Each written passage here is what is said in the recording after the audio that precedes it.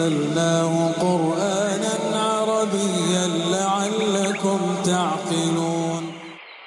أعوذ بالله من الشيطان الرجيم.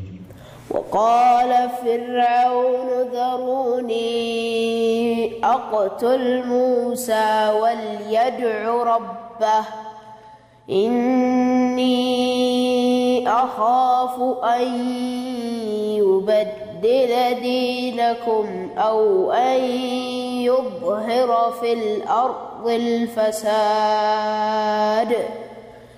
وقال موسى إني عذت بربي وربكم من كل متكبر لا يؤمن بيوم الحساب.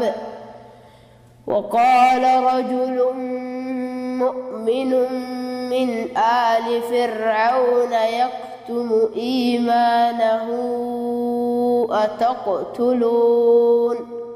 أتقتلون رجلا أن يقول ربي الله وقد جاءكم بالبينات من ربكم وإن يك كاذبا فعليه كذبه وإن يك صادقا يصبكم بعض الذي يعدكم إن الله لا يهدي من هو مسرف كذاب.